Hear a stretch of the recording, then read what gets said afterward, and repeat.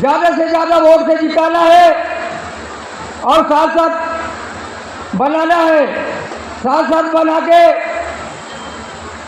दिल्ली पहुंचाना है, मोदी जी के हाथ में मजबूत करना। कौन लोग मजबूत नहीं होंगे? जब रायपुर में भगवान राम का मंदिर बन रहा था, डॉक्टर रमन सिंह जी उस समय यहाँ के मुख्यमंत्री थे।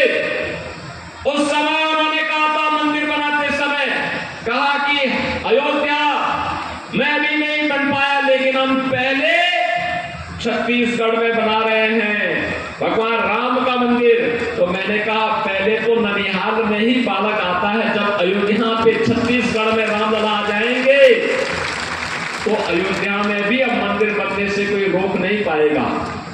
बहनों और भाइयों, अगर अयोध्या में रामलला का प्रकटीकरण हुआ है, फिर से रामलला 500 वर्षों का इंतजार समाप्त करते हुए आए हैं, तो यह मोदी जी के कारण, प्रधानमंत्री मोदी जी के कारण।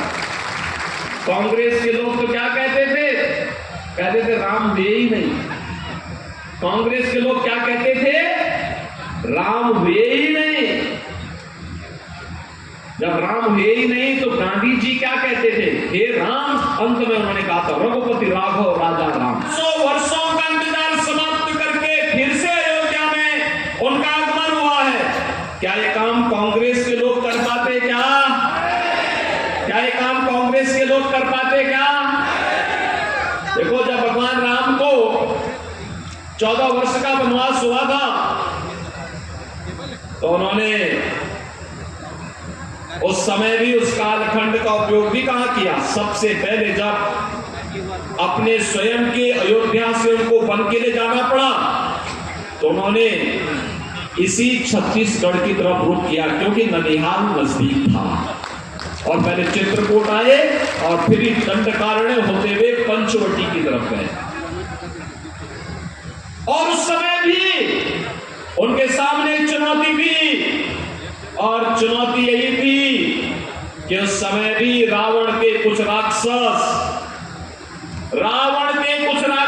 उस समय इस पूरे क्षेत्र को, यहाँ के ऋषि मुनि और ज्ञान और आराधना में रत, उस समय की साधना में रत ऋषि मुनियों को परेशान करते थे, वहां के सभ्य समाज को प्रताड़ित करते थे। उनकी सुरक्षा का दायित्व उस कालखंड में हजारों वर्ष पहले प्रभु राम ने अपने कंधे में ली थी कि नहीं, निस्सरहीन करो मई का संकल्प लेकर के उन्होंने इसी धरती पर इसको राक्षस विहीन करने का जो संकल्प लिया, उसी का परिणाम था कि लंका के राजा रावण को भी अंततः अपनी पूरी खानदान के साथ दूसरे लोक के लिए प्रस्थान करना पड़ा था।